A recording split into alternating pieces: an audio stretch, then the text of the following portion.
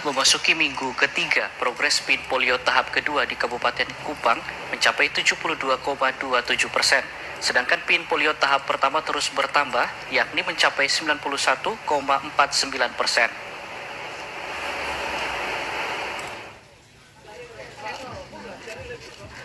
Kepala Dinas Kesehatan Kabupaten Kupang Yoel Laita pun mengatakan sejak pelaksanaan PIN polio, target sasaran yang harus divaksin di Kabupaten Kupang adalah sebanyak 53.645 anak. Kemudian Pekan Imunisasi Nasional atau PIN polio tahap kedua dimulai sejak tanggal 12 Agustus 2024 lalu. Setelah 3 minggu PIN polio tahap kedua berlangsung, progres tahap kedua telah mencapai 72,27%. Sedangkan PIN polio tahap pertama terus bergerak naik, yakni hingga 91,49%, karena pada PIN polio tahap kedua ini masih ada anak usia 0-7 tahun yang baru menerima vaksin polio tahap pertama.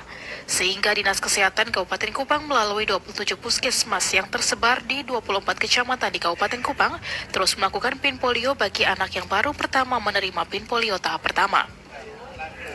Sementara anak yang sudah mencapai interval waktu yang cukup untuk divaksin tahap kedua, maka dilakukan vaksin polio tahap kedua. Pada PIN kedua ini ada beberapa kendala yang ditemukan, yakni masalah jaringan internet yang berdampak pada lamban penginputan hasil vaksinasi polio. Setelah itu pada vaksin pertama, vaksin dilakukan tidak secara serentak, sehingga masih menunggu interval waktu yang tepat untuk divaksin polio tahap kedua.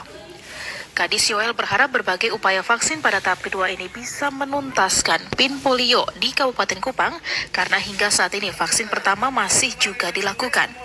Dengan capaian vaksin polio dosis pertama saat ini menempatkan Kabupaten Kupang pada posisi ketiga dari 22 kabupaten kota dan dosis kedua berada pada posisi keempat. Dari Kabupaten Kupang, Kris Poto, TVRI NTT.